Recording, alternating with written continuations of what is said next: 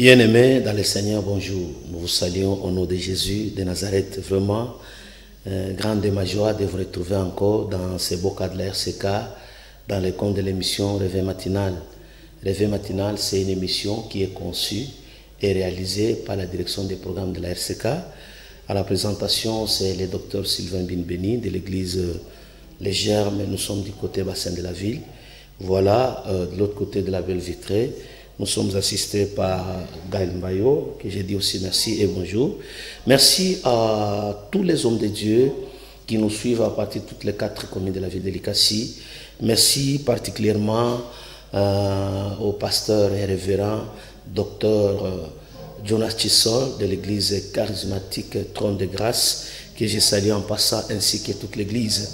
Je salue aussi toute ma famille biologique, dont je vois madame mon épouse, même si elle est absente, mais présente à mes côtés spirituellement, me soutenant. Merci beaucoup à mon assemblée, là où Dieu m'a placé comme étant berger, pasteur, que je salue aussi, puisque grâce à vous, vous me soutenez. Vraiment, je dis merci aussi à tous ceux-là qui nous ont soutenus. La semaine passée, nous avons distribué les cahiers aux familles nécessiteuses. En tout cas, nous étions vraiment bénis par leur présence et pour vous encourager aussi davantage afin de pouvoir aider vos enfants d'aller à l'école. Aujourd'hui, c'est un samedi comme d'habitude. Nous devons commencer avec la prière. Bien-aimé, le numéro est là. Vous pouvez nous contacter, vous pouvez nous envoyer un texto. À partir de ces numéros, vous pouvez nous atteindre, les songes et tout consort. Et vous connaissez notre programme. Chaque samedi, nous avons la prière à partir de 8h, 8h30. Vous pouvez nous trouver au bureau. Je reçois chaque samedi. Voilà, nous voulons prier et remercier le Seigneur.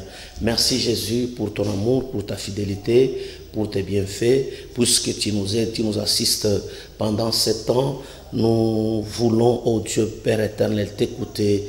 Nous voulons, ô Dieu le Père, que tu puisses nous assister. Nous voulons, ô Père éternel, que tu puisses nous aider davantage. Je prie pour tout celui qui va suivre cette émission, qui va suivre cette parole, qu'il soit capable d'être connecté au trône de grâce. Manifeste-toi. Je recommande, ô Dieu, que les malades pendant ce temps, avant la levée du soleil, qu'ils se sentent déjà guéris au nom de Jésus. Nous recommandons les autorités, nous recommandons au Père éternel, tous ceux-là qui vont aller au travail, soit leur Dieu capable de les assister, de les aider. C'est dans le nom de Jésus. Je recommande ce bon temps entre tes saintes mains. J'aimerais bien que tous ceux-là qui vont nous suivre soient capables de passer au travers de cette émission, au travers de cette parole, au travers, Seigneur, ce temps que nous allons passer avec eux, soit celui qui va les rendre visite. C'est dans le nom de Jésus. Nous avons ainsi prié. Amen. Voilà, merci beaucoup, bien-aimés dans le Seigneur. Nous sommes avec vous. Nous voulons écouter la parole de Dieu. Pendant ce temps, avec la complicité de Gaël, nous voulons écouter la parole de Dieu. Voilà, nous sommes dans Psaume chapitre 23, du 1er verset jusqu'au 6e verset. Psaume chapitre 23, du 1er au 6e verset. La Bible dit: Cantique de David, l'Éternel est mon berger, je ne manquerai de rien. Il me fait reposer dans des verts pâtirages. Il me dirige près des eaux paisibles. Il restaure mon âme. Il me conduit dans les sentiers de la justice à cause de son nom. Quand je marche dans la vallée de l'ombre de la mort, je ne crains aucun mal, car tu es avec moi. Ta houlette et ton bâton me rassurent. Tu dresses devant moi une table en face de mes adversaires. Tu induis ma tête et ma coupe déborde. Oui, le bonheur et la grâce m'accompagneront tous les jours de ma vie, et j'habiterai dans la maison de l'Éternel jusqu'à la fin de mes jours. Merci beaucoup, merci vraiment pour votre audition. Ce matin, nous voulons parler sur la marche de la foi. Nous voulons parler sur la marche de la foi. Arunjia ya imani. Quand on parle de la marche, bien-aimé, nous voyons le point de départ, nous voyons la continuité et nous voyons le point d'arrivée. C'est très important. Et nous voyons le point de départ. nous voyons la suite et nous voyons les points d'arrivée. C'est très important. Je répète encore, c'est très important. Quand nous avons crié au Seigneur, c'est toute une marche, c'est pourquoi nous sommes des pèlerins. Qui dit pèlerin, c'est un passager. Qui dit pèlerin, c'est un voyageur. Donc, là où il a commencé la marche, les jours que nous avons crié au Seigneur, nous avons commencé la marche avec Dieu. Nous avons pris notre propre croix pour que nous puissions en faire notre propre charge, notre propre responsabilité. Alors, quand nous marchons, nous devons savoir qu'on ne peut pas s'arrêter n'importe où, qu'on ne peut pas faire n'importe quoi. Aussi longtemps qu'ils ne sont pas encore arrivés, nous ne pouvons pas nous arrêter. C'est très important. Et la destination est bien connue. Nous quittons vers le monde, du monde vers le ciel. C'est très important. Nous quittons du monde vers le ciel. Et là où nous avons des problèmes, nous savons que notre recours, notre vision doit s'atteler ou être fixée vers celui à qui nous devons répondre. C'est Jésus de Nazareth. En tout cas, j'aimerais bien encourager tous ceux-là qui ont cru au Seigneur du bas âge jusqu'à présent. Tu avais 18 ans, aujourd'hui tu as 38 à 40 ans. J'ai dit que c'est une marche. Aussi longtemps que tu n'as pas encore fini la course, ne t'arrête pas. Pourquoi? Puisqu'il y a une récompense pour tous ceux-là qui font la marche avec le Seigneur. Et vous connaissez la foi, bien-aimés dans le Seigneur. C'est une ferme assurance des choses qu'on espère, une démonstration de celles qu'on ne voit pas. Donc nous devons espérer en Jésus. Notre fondement de base doit être mis en Jésus de Nazareth. Nous ne pouvons pas voir les hommes devant nous et espérer en Jésus. Non. Donc nous devons effacer nos calculs. Nous devons effacer nos manières de voir les choses. Nous devons effacer tout ce qui se passe devant nous, nos familles, et voir Jésus devant nous. Pourquoi? Parce que c'est lui à qui nous devons rendre compte. C'est très important. Et quand quelqu'un place sa foi à un homme, il a des conséquences. Puisqu'il sera déçu et par après, il va recourir à Jésus. Et à ce moment-là, ça sera compliqué. Pourquoi? Parce qu'il te dira que je ne te connais pas. Parce que tu as mal commencé. C'est comme une maison, bien aimé. Quand nous construisons une maison, il faut qu'il y ait un socle, le fondement solide, là où doit être posé tout ce qui sera mis au-dessus, la toiture et tout consort. C'est la fondation qui va supporter la charge. Mais quand nous n'avons pas une foi ferme, quand nous n'avons pas un fondement solide, bien aimé, nous serons comme des roseaux. N'importe quel vent va nous emporter. C'est pourquoi nous devons être bien fixés. Quand nous croyons au Seigneur, nous devons avoir une foi solide qui doit nous amener du point de départ jusqu'au point d'arrivée. Je vous ai dit que le point de départ, c'est les jours que nous avons crié au Seigneur, les jours que nous avons pris l'engagement d'abandonner la vie des péchés et suivre Jésus. C'est ça. Et quand nous suivons Jésus, ce qui veut dire que nous menons une vie exemplaire, une vie de sainteté, et on nous appelle chrétiens. Merci beaucoup, merci vraiment. Pendant ce temps, merci vraiment pour tout ce qui nous suivait. Bien aimé, dans cette marche, il y a 4 points capitaux que j'aimerais bien parler et qui sont très importants, qui doivent accompagner l'enfant de Dieu et qui sont comme les socles, les 4 points, les 4 piliers de notre marche. Et quand nous marchons, il y a ces 4 piliers qui forment l'équilibre de la vie de l'homme. L'équilibre, c'est comme une chaise qui doit avoir 4 piliers, donc 4 positions, 4 colonnes qui vont donner l'équilibre de la chaise afin que la personne soit bien positionnée. C'est très, très, très important. Quels sont les 4 piliers? Premier pilier, c'est d'abord les interdits. Je parle des interdits. Quand on parle des interdits, c'est pourquoi l'homme de David dit que l'Éternel est mon berger, je ne manquerai de rien. Il me fait reposer dans les verts pâturages. Bien-aimé dans le Seigneur, les interdits, il y a de ces choses-là qu'un enfant de Dieu ne peut pas faire et ne peut pas dire. La parole de l'homme de Dieu que nous entendons, il confesse, il déclare que l'Éternel est mon berger, je ne manquerai de rien. Même s'il est pendant la crise, son langage doit être toujours positif. Il doit être celui qui bénit et non celui qui maudit. Et si nous suivons Psaume chapitre 1, nous voyons encore d'autres interdits qui nous disent qu'est l'homme qui ne marche pas selon les conseils des méchants, qui ne marche pas selon les conseils, qui ne s'assied pas accompagné de moqueurs. Bien aimé, en tant qu'enfant de Dieu, il y a de ces choses qui nous sont interdites. Donc nous ne pouvons pas les faire. Pourquoi? Puisque ce sont des choses que Dieu nous a déjà interdites. Ce sont des choses qui ne peuvent pas nous aider en aucune circonstance. C'est très important. Tu es pasteur, tu es homme de Dieu, tu es servant, tu es serviteur de Dieu. Ce qui fera ta force, ce sont les interdits. Les interdits, c'est ce que toi tu ne peux pas. Pourquoi? Parce que tu es un Nazaréen. Tu es un mis à part. Si nous sommes sauvés, ce qui veut dire, nous quittons de quelque part, nous quittons du danger vers le salut. Mais comment expliquer, nous pouvons être comme si nous étions des pauvres, comme des bébés, comme des enfants, dont on te donne de beaux habits, mais tu joues dans la saleté. Non, jamais au grand jamais.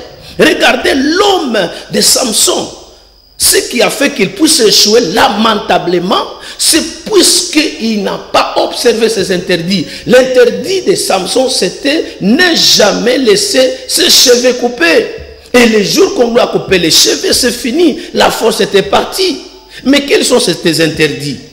Les interdits, c'est ce que Dieu nous interdit à faire dans notre ministère, dans notre appel. Je sais bien que chacun de nous, même à l'hôpital, il y a ce qu'on t'a dit de ne pas manger. Si tu manges ça, tu vas tomber malade. Si tu manges ça, tu seras toujours quelqu'un problème avec ton estomac. Mais comment expliquer un médecin peut te donner des injonctions dont tu respectes pour la vie, pour la chair qui est périssable. Mais c'est lui qui te dit de ne pas faire quelque chose qui peut te détruire, qui peut te mettre en difficulté éternellement. Mais tu ne le comprends pas. Je suis sûr et certain que plusieurs d'entre nous ont échoué parce qu'ils n'ont pas observé les interdits. Jésus ne dormait pas dans des maisons de gens, c'était aussi son interdit. Il dormait toujours à la montagne, à la prière chaque nuit. Il n'avait même pas où poser les pieds, où poser la tête. Pourquoi? Parce qu'il savait que je ne peux pas passer nous avec les humains. Je dois aller chercher la face de Dieu. C'est ce qui a fait sa force, bien-aimé. Nous ne pouvons pas nous habituer à ce que les autres font. Laissez-les, bien-aimés. Les habitudes ne paient jamais. Nous devons faire la différence. Et j'aimerais bien dire à quelqu'un, tu dois demeurer dans les interdits. Tu dois être sobre. Quelqu'un qui sait qu'est-ce qu'il doit faire et ce qu'il ne peut pas faire. Même si tout le monde peut le faire. Mais nous sommes des mis à part. Nous ne pouvons pas prendre les faits étrangers. Nous ne pouvons pas prendre les femmes étrangères. Nous ne pouvons pas adorer n'importe quoi. Nous ne pouvons pas mettre nos pieds n'importe où. Pourquoi? Puisque nous sommes des mis à part. Et si nous sommes des mis à part, veut dire que notre vie, c'est une vie de qualité. C'est une vie qui est comme un étendard, comme un drapeau, où tout le monde, quand il vient, il ne peut pas changer la couleur de notre pays, puisque c'est significatif. Quand nous voyons la couleur bleue, quand nous voyons jaune, quand nous voyons rouge, donc nous comprenons que c'est ça le drapeau de la RDC. Y compris aussi toi, on t'appelle chrétien. C'est par rapport aux œuvres. Il y a de ces choses-là, même s'il y a la crise, ma soeur, tu ne peux pas le faire, puisque cela t'est interdit. Et c'est ce qui fait ta force. Alléluia. Que les saints disent Amen. Mon frère, il faut qu'il y ait des interdits. Ce sont les interdits qui font de nous chrétiens, qui nous donnent la force. Vous voyez, même Jean-Baptiste avait les interdits. Il mangeait les miels sauvages et les sauterelles. C'est ce qui a fait sa force, bien-aimé. Même s'il était pauvre physiquement, même s'il n'avait rien, mais spirituellement, il était fort. Pourquoi tu ne fais pas les miracles? Pourquoi les malades ne sont pas guéris? Pourquoi tu ne fais pas des exploits avec Dieu? Pourquoi? Parce que tu te mêles dans n'importe quoi, tu manges n'importe où, tu es ami de tout le monde. Non, il y a des gens qui sont appelés à être leaders, mais il s'est fait bébé, il s'est fait enfant. Il a une vie toujours de suiveur. Non, non, non, non, non, non, non. Bien aimé, nous devons avoir des interdits, c'est très très très important. Je vous ai dit que Samson a perdu sa force, c'est puisqu'il n'a pas observé ses interdits. Mon frère, dans cette marche que nous faisons avec le Seigneur, nous devons observer les interdits. C'est pourquoi Il y a les commandements, il y a des lois, il y a des préceptes, il y a de ces choses-là. Même en Israël, quand on interdisait de manger. Pourquoi? Parce que quand quelqu'un mange ça, ça constitue une souillure, ça constitue un péché. Il y a ce que toi tu peux voir que non, tout le monde fait, mais pour toi ne le fait pas. Pourquoi? Parce que tu es un Nazaréen, tu es un mis à part, tu es un fils de Dieu, tu es celui, Dieu doit faire avec lui de grandes choses. Merci beaucoup. La deuxième des choses, bien aimé, dans cette marche de la foi, nous voyons, bien aimé, la promesse. Écoutez, pendant que l'homme de David dit que je ne manquerai de rien, il me fait reposer dans les verts pâtirages. Pendant que David disait cela, il voyait la promesse de Dieu. Il voyait que Dieu était en train de le promettre. À chaque fois quand tu avais des problèmes, il savait que Dieu m'a déjà dit qu'il va me faire asseoir dans les verts pâtirages. Il me conduit dans les eaux paisibles. Bien aimé, les promesses, ce sont les motivations d'un enfant de Dieu. Quand nous avons crié au Seigneur, la Bible telle que vous la voyez, elle est remplie de promesses. Pourquoi? C'est pour nous motiver, c'est pour booster notre foi, c'est pour nous pousser à suivre encore davantage Jésus. Jésus nous a dit, je vous enverrai l'Esprit Saint. Jésus nous a dit, dans la maison de mon Père, il y a plusieurs demeures. Ce qu'il a dit, c'est ce qui nous pousse encore de l'attendre, c'est ce qui nous pousse encore de le suivre, c'est ce qui nous donne encore l'espoir d'aller voir les demeures dont tu nous as promis. Écoutez, dans la promesse, c'est Dieu seul qui prend les décisions. C'est Dieu seul qui nous garantit. C'est Dieu seul qui nous parle. C'est Dieu seul qui nous motive. Il a besoin de gagner notre confiance. Il a besoin que nous puissions le servir. Et quand nous allons à l'église, c'est sur base des promesses. Tu seras la tête et non la queue. C'est une promesse, mon frère, dont tu dois t'accrocher même quand tu pries. Nous prions en fonction des promesses.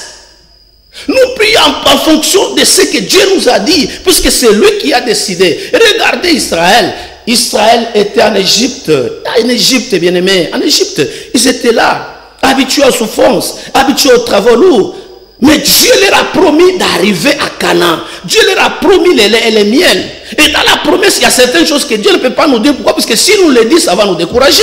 C'est pourquoi vous allez constater qu'Israël, Dieu ne lui a pas dit au sujet de tous les combats. Il ne lui a pas dit au sujet de la mer Rouge. On ne lui a pas dit beaucoup de choses. Il lui dit carrément que moi, je te dis que je vais t'installer. Je vais te donner une terre. Là où coule le lait et le miel, ça s'appelle Canaan. C'est-à-dire Dieu lui promet, mais il attend Canaan. Au milieu ici, il doit aussi faire un effort. Il doit combattre. Il doit effectuer la marche. Il doit se donner. Il doit avoir du courage pour voir ce qu'il attend devant. Écoutez, si tu veux réussir dans le projet, ne vois pas les difficultés, vois la concrétisation, vois la réalisation du projet. À ce moment-là, même s'il faut dormir affamé, tu dormiras. Bien aimé, même ceux-là qui construisent des maisons, ils ne le font pas par hasard. Il y a toujours, il a projeté un projet. Il a dit que non, voilà, ça va me coûter 2000 $, 3000, 4000, 5, 60, 80 000 $. Mais il y a certaines éventualités, certaines difficultés qui peuvent se mixer au milieu. Cela ne peut pas les pousser à arrêter, puisque pour lui, la maison, c'est l'achèvement de tout l'équipement nécessaire qui doivent l'aider comme étant le compartiment. Écoutez, bien-aimés dans le Seigneur, nous vivons au travers des promesses. Chacun de nous doit être motivé au travers des promesses. Mon frère, les promesses que Dieu t'a dites, Dieu t'attend à l'accomplissement. Mais toi, tu es à la promesse. Fais tout pour que vous soyez en contact avec Dieu. Quitte de là où tu es, c'est la marche.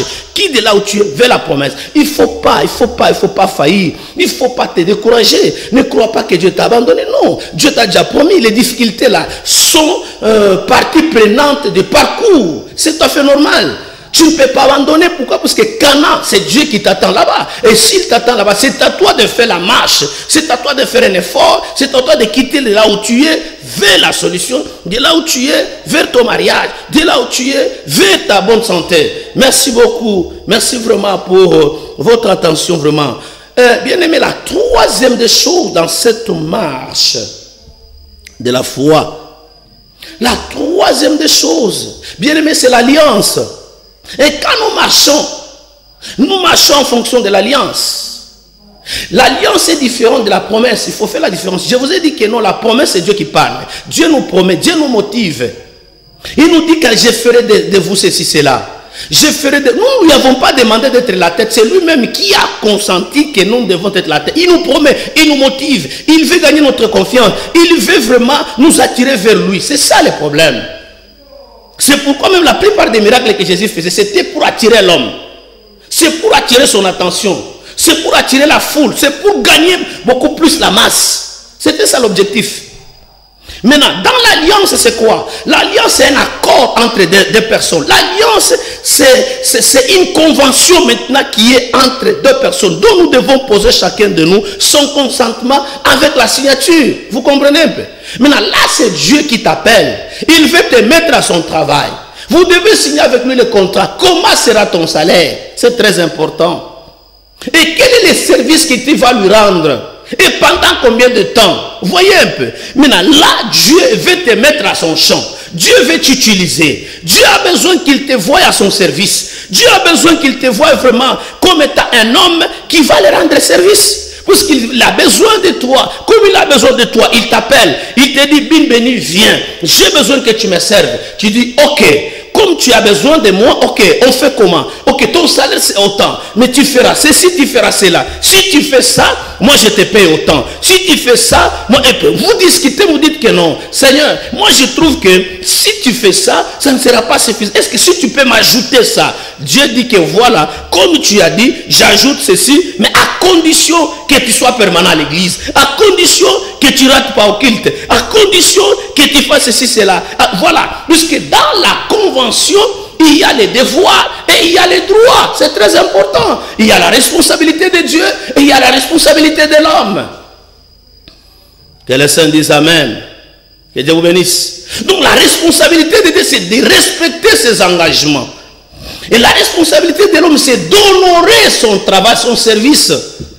C'est très important, bien aimé, car nous avons l'alliance avec Dieu, les accords. C'est là où il y a les contenus, où nous saurons qu'est-ce que nous allons gagner. C'est pourquoi quand les apôtres ont posé la question à Jésus, nous avons abandonné nos maisons, nous avons abandonné nos familles, qu'allons-nous gagner? Ils lui ont posé des conditions, ils lui ont posé la question. Ils avaient raison, bien aimé, là c'était maintenant un contrat. Il faut signer, gagnant-gagnant. Écoutez, Jésus a bien répondu, il a bien répondu, il dit que premièrement, vous aurez le royaume des cieux. Écoutez, ça c'est Jésus qui dit, premièrement, vous allez gagner le royaume des cieux. Et deuxièmement, vous aurez au centime de tout ce que vous avez abandonné. Écoutez, c'était clair. C'est à ce moment-là que Pierre a été motivé. C'est à ce moment-là, les disciples ont été motivés. Ils ont crié que, ah voilà, comme j'ai abandonné mes filets, donc je vais les gagner au centuple. Comme j'ai perdu mon travail à cause de Jésus, j'ai perdu mes gains à cause de Jésus. Donc il y a un bénéfice plus que ce que j'ai abandonné. Là, ils pouvaient évangéliser avec force. Pourquoi? Parce qu'ils savaient déjà que leur salaire était garanti. Je suis venu te dire, bien-aimé, tu dois entrer dans l'alliance avec Jésus. Pourquoi? Parce que Jésus, avant de mourir, il a réuni les disciples, les apôtres, il les a réunis. Après les avoir réunis, il fallait qu'il fasse alliance avec eux. L'alliance, c'est une grande décision où nous devons prendre, quels que soient les problèmes, les difficultés, mais les accords ne doivent être pas violés. Pourquoi? Parce que je sais bien que si je ne fais pas ça, on ne va pas me payer. Si lui aussi ne fait pas ça, l'œuvre de Dieu ne doit pas aller de l'avant. Et à ce moment-là, Jésus, qu'est-ce qu'il a fait? Il a pris son corps. C'était une alliance. Il a décidé de lui-même de se suicider. Jésus prend son corps. Il dit, prenez ceci, mangez-en. Ce corps va souffrir à cause de vous. Et pendant qu'il mangeait la chair de Jésus. Donc, il veut dire que Jésus les a introduits dans une vie où ils ne peuvent plus encore reculer, où ils ne peuvent plus encore abandonner leur foi, jamais au grand jamais. Ils doivent quitter de là où ils étaient jusqu'à la destination. Bien aimé, il y avait des intellectuels, je vous dis. Il y avait des intellectuels qui comprenaient la chair, c'est quoi? Et pendant qu'il a pris la coupe, il a dit, voilà, prenez-en, buvez-en. Ceci est mon sang. Écoutez-moi bien aimé, il y avait des intellectuels qui étaient là, mais qui ont compris que ça maintenant on ne peut plus reculer. Comment expliquer l'enfant de Dieu? Tu es déjà dans l'alliance. Et cette alliance là, pourquoi tu peux la violer? Pourquoi tu abandonnes le Seigneur? Pourquoi tu recules, bien-aimé? Pourquoi tu n'es plus chrétien? Pourquoi tu ne pries plus? Tu as laissé puisqu'il y a eu des problèmes? Non, les problèmes font partie aussi des éléments qui étaient inscrits au cas où il y a ça. Je vais faire ceci, cela. Toi, tu dois toujours être présent. Même si l'employeur ne te donne pas du travail, mais sois présent. Même si ça ne va pas, sois présent. Pourquoi? Puisque ça fait partie des engagements que toi, tu as signés. Nous devons être des hommes de Dieu jusqu'à la fin de nos vies. Nous devons être des responsables dans nos langages, bien-aimés. Nous n'avons pas besoin de Christ que quand ça marche. Nous n'avons pas besoin de Jésus quand nous avons le mariage. Jésus n'est pas un dépotoir de mariage, non. Lui, il est venu nous sauver. Quand il nous sauve, le salut a ses avantages. Le salut a ce qui suit comme étant bien-être dans les saluts. C'est ça. Mais quand quelqu'un, il voit d'abord le mariage avant le salut, là c'est compliqué. Puisque même les pites, on les épouse, mais elles ne sont pas sauvées. Je vous dis vrai.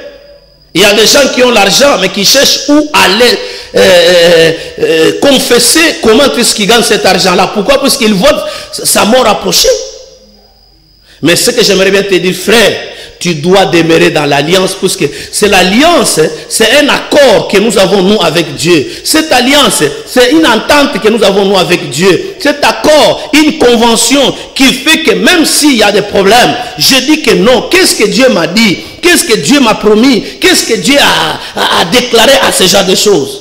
Homme de Dieu, ne quitte pas les cassis. Homme de Dieu, n'abandonne pas les vœux de Dieu. Homme de Dieu, ne fais pas ce que tu veux faire puisque Dieu a besoin de voir ta fidélité par rapport à l'alliance que vous avez avec lui. Vous savez, dans l'alliance, bien-aimé, il y a la signature de Dieu, il y a aussi ta signature. C'est très très important. C'est très très important. Pourquoi? Puisque Jésus a dit, c'est lui qui veut me suivre, il doit se charger de sa croix. Tu veux décharger cette croix à qui? Tu veux donner cette responsabilité à qui? Mon père, ma mère, n'abandonne pas les assemblées. J'aimerais bien que tout un chacun de nous, dans la marche, qu'il respecte son alliance, qu'il soit capable d'être un enfant de Dieu modèle, afin que nous soyons toujours des hommes modernes. C'est pourquoi la Bible dit que même si je marche dans l'ombre de la mort, je ne crains aucun mal. Je ne peux pas abandonner Dieu. Je ne peux pas aller à côté. Je ne peux pas dire n'importe quoi. Pour que il est avec moi. Car ton bâton me rassure. Écoutez-moi, bien-aimés dans le Seigneur. Nous ne devons pas être tantôt chaud, tantôt froid. Écoutez, le dernier élément, c'est la communion. C'est la quatrième des choses et la dernière des choses dans notre marche chrétienne. Bien aimé, la communion, c'est la partie aussi qui fait que nous puissions demeurer toujours dans la présence de Dieu. Bien aimé, nous pouvons avoir la communion avec Dieu, nous pouvons avoir la présence de Dieu, nous pouvons avoir tout ce que nous avons cité comme étant les points capitaux ici. Et si nous les avons, c'est la réussite. La communion, c'est quoi? La communion, c'est être en commun accord. La communion, c'est avoir le même langage avec celui qui nous a recrutés. C'est très très important. Ce qui veut dire quoi? La communion, c'est que je ne peux pas poser un acte en dehors de la décision de mon patron. Mon patron, c'est Jésus. Je ne peux pas m'aventurer d'aller faire de n'importe quoi sans son autorisation. C'est pourquoi lui-même nous dit que sans moi, vous ne pouvez rien. C'est la communion. La communion, c'est être en commun accord, je répète encore, avoir le même langage avec l'employeur. C'est très, très, très important. Pendant que nous servons le Seigneur, nous devons avoir le même langage. Jésus parlait toujours de la communion entre lui et son Père. Il disait que moi et mon Père, nous sommes un. Ce qui veut dire tout ce que Jésus faisait sur la terre était toujours censuré par la décision de son Père. Et même si il pouvait le faire pendant les jours, même s'il pouvait le faire pendant la nuit, mais son Père était toujours là pour l'accompagner. Mais qu'est-ce que nous constatons aujourd'hui? Il y a des gens qui aiment beaucoup ajouter à ce qu'on lui a dit de faire. Il y a des gens qui veulent les retrancher à ce qu'on lui a dit de faire. Non, bien-aimé, tu dois plaire à Dieu. Tu dois avoir le même langage avec Dieu. Dans la marche, même si on te pose la question, tu dois dire textuellement, tu dois être fidèle dans tout ce que tu dis, que ce soit Dieu qui parle et non toi. Il ne faut pas ajouter pour plaire aux hommes. Pourquoi? Parce que ces gens-là vont te quitter après la prédication. Ils vont rentrer chez eux. D'ailleurs, tu n'es même pas leur premier pasteur. La plupart des gens que tu as, tu ne les as même pas baptisés. Ils viennent d'ailleurs à gauche, à droite, mais tu cherches à les épater par rapport à quoi? Cherche à gagner la confiance en Dieu que de gagner la confiance aux hommes. Il y a des gens qui nous ont présenté les hommes, mais ils ont fini par mourir. Pourquoi? Parce que l'homme, son temps est écourté, son temps est minime. Il y a des gens qu'on a appelés, je ne sais pas moi, on les a rendus haut gradés dans l'église. On les a rendus, je ne sais pas, après les pasteurs. Donc je ne sais pas, moi les pasteurs c'est lui. Après lui c'est, je ne sais pas comment vous les appelez vous-même. Mais au finish il a été déçu. Déçu pourquoi? Parce que au lieu de garder la communion avec Dieu, mais il a voulu garder la communion. Il gagnait la confiance des hommes. Il voulait plaire aux hommes. Non, bien-aimés, nous devons plaire à Dieu. Pourquoi? Quand nous avons la communion avec Dieu, la première des choses, nous devons éviter la vie des péchés.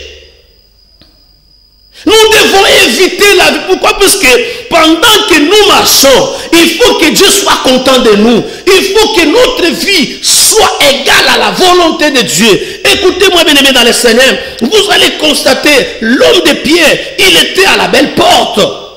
Étant dans la communion avec Jésus, il trouve un boiteux qui lui demande l'aumône. Mais qu'est-ce qu'il a répondu? Je n'ai ni or ni argent.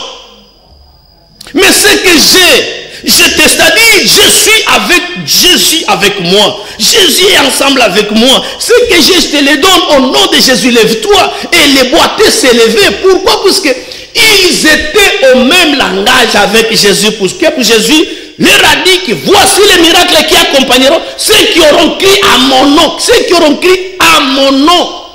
Bien, mais ce que tu fais, tu le fais au nom de qui? Ou tu ne le fais pas au nom du ventre par hasard? Tu ne le fais pas au nom du vol par hasard.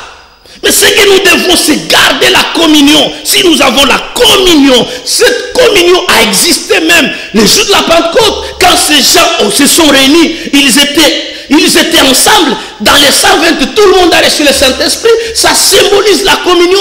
Ils étaient ensemble en train de faire la fraction du pain. Et la communion fraternelle, ce qui veut dire que le langage qu'avait Pierre, c'était le langage qu'avait André, c'était le langage qu'avait tout le monde dans la Bible que nous connaissons comme étant disciples. Vous comprenez un peu? L'église aujourd'hui n'a plus de force puisque nous ne gardons plus la communion fraternelle. Nous ne gardons pas la communion avec Dieu. J'aimerais bien vous dire ce matin, bien-aimés, dans la marche de la foi, ne perdons pas la communion, puisque tu peux être bishop, tu peux être évangéliste, mais si tu n'as pas la communion avec Jésus, ce que tu fais t'amènera toujours à la chute. Mais celui qui a la communion avec Dieu, il finit toujours par gagner la confiance de celui qui l'a envoyé. Écoutez, nous devons avoir la communion avec Dieu.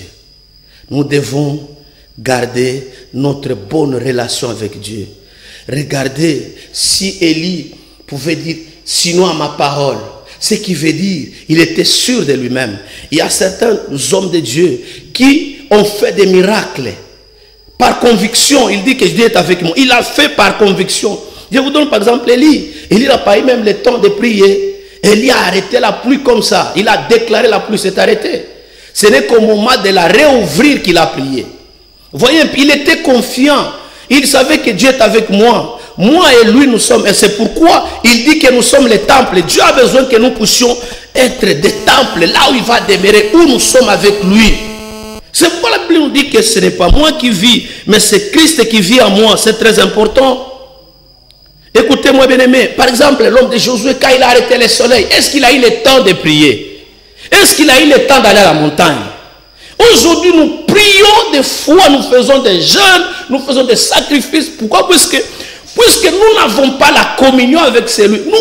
Nous sommes obligés de trop parler, de trop parler. Mais je suis venu te dire, celui qui garde la communion, à Dieu ne le laissera jamais. Bien-aimé, garde la communion. Sois avec Dieu ensemble, même si tu souffres, mais que Dieu ne puisse pas t'abandonner. Mais si c'est toi qui es à la base de la souffrance et que tu n'as pas Dieu, voici pourquoi les démons sont en train de se jouer de toi. Ce matin, je suis venu te dire, Dieu ne va pas t'abandonner si tu es avec lui. C'est pourquoi la Bible nous dit, Christ en nous, c'est l'espérance de la gloire. Donc il y a de ces choses-là qui ne peuvent pas se faire en dehors de Christ. Il y a de ces choses-là qui ne peuvent pas se faire en dehors de la communion. Les miracles, c'est quand nous sommes en communion avec Dieu.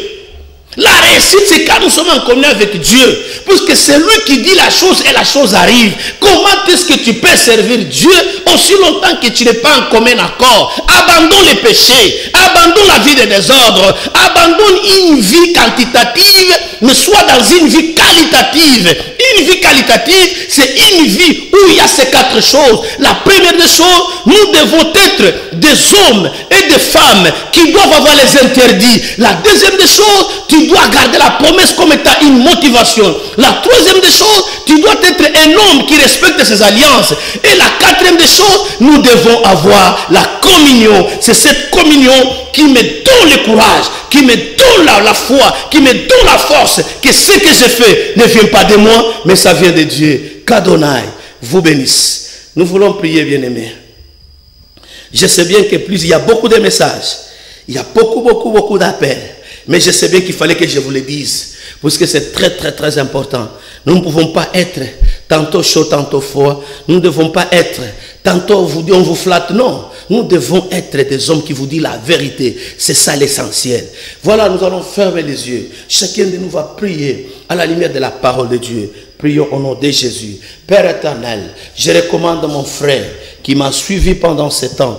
Je recommande ma soeur qui m'a suivi pendant ce temps, qu'elle soit capable, oh Dieu le Père, d'avoir ces quatre piliers de la marche de la foi. Jéhovah Dieu, il y a plusieurs d'entre nous, oh Jéhovah Dieu, qui mangent n'importe comment, qui marchent n'importe comment, qui se mettent dans n'importe quoi. La Bible dit que tout est utile, mais tout n'est pas permis. Seigneur, il y a des gens qui se permettent à faire comme l'autre. C'est pourquoi ils échouent. Mais j'aimerais bien que ce matin, que la personne qui a suivi ce message soit capable, oh Dieu, d'être impactée, d'être touchée, d'être orientée dans une vie, ô Père éternel, de mise à part, une vie d'interdit, une vie où il ne peut pas manger n'importe comment. La deuxième des choses, je recommande ce groupe de gens, Jéhovah Dieu, qui ont déjà perdu l'espoir. Mais j'aimerais bien que la parole de Dieu, qui est remplie de messages, de promesses, puisse aller les motiver, puisse aller les aider davantage à pouvoir être encore dans les besoins de te servir. Puisque je sais bien que Père, avec les promesses, ça nous donne envie, ça nous motive davantage de te suivre, oh Dieu. Permets que tout cela, à qui tu as promis quelque chose, que ces promesses se réalisent au nom de Jésus. Je déclare maintenant, reçois la promesse du mariage, reçois la promesse du travail, reçois la promesse, oh Dieu, de tout ce que ces gens, oh Yahweh Shammah, sont en train d'attendre. Dans le nom puissant de Jésus. La troisième des choses, oh Dieu, je déclare aux gens qui ont déjà perdu leur alliance, dans les mariages, nous savons que ce qui fait le socle du mariage, ce sont des alliances, ce sont des accords, ce sont des principes de base qui font que maman reste encore dans le toit conjugal. Je recommande les bien-aimés, les pasteurs qui jusqu'à présent est en train de garder ton alliance, honore-le. Comme tu l'as dit, celui qui me sert, le Père l'honorera. Ce matin, Père, honore les hommes de Dieu, honore les autorités qui gardent encore leur alliance avec toi. Ceux-là qui l'ont déjà perdu, réintègre-les, récupère-les, réinitialise leur alliance, oh Dieu, avec toi. C'est dans le nom de Jésus. Jéhovah Dieu, enfin, je déclare pour tous ceux-là qui, ô Père éternel, n'ont plus la communion avec toi. Ils sont en train de t'appeler Père, aussi longtemps qu'ils ne sont plus leur Père. Ils sont en train de venir vers toi en te servant, mais toi, tu les as déjà rayés à la liste de tes serviteurs. Réintègre-les, Seigneur. Que ton alliance, que ta communion, que ta promesse au Dieu, que ta loi soit leur partage au nom puissant de Jésus. Je déclare maintenant que la ville de Likasi soit une ville où nous verrons des choses être différemment de Colosie. Une ville qui sera, oh Jéhovah Dieu, à la montagne, comme étant une ville pilote, une ville qui doit éclairer, une ville modèle, une ville expérimentale, au nom puissant de Jésus. Je recommande les malades, que les malades soient guéris, Père éternel. Je recommande tous ceux-là qui vont voyager, qu'ils soient capables, Jéhovah Dieu, d'arriver jusqu'à la fin. C'est dans le nom de Jésus, nous avons ainsi prié. Amen. Voilà, merci beaucoup, merci vraiment, merci. Nous sommes arrivés à la fin. Comme d'habitude, nous vous disons que je reçois ce matin, à partir de 8h30, soyez à l'église, le numéro est là, soyez à l'église, vous allez me rencontrer, vous allez me donner vos songes. Je sais qu'il y a beaucoup de songes que les gens me donnent, mais que je ne saurais pas expliquer à la télé, puisque le temps est chronométré. Mais quand vous allez me voir au bureau, je pense que ça sera mieux. À partir de 8h30, je serai à l'église légèrement au niveau du bassin de la ville. Vous allez nous trouver là-bas. Demain, nous avons culte à partir de 8h juste. Il y a école du ministère, là où j'enseigne les serviteurs de Dieu. Et 8h30, c'est le culte proprement dit. Vraiment, que Dieu vous bénisse.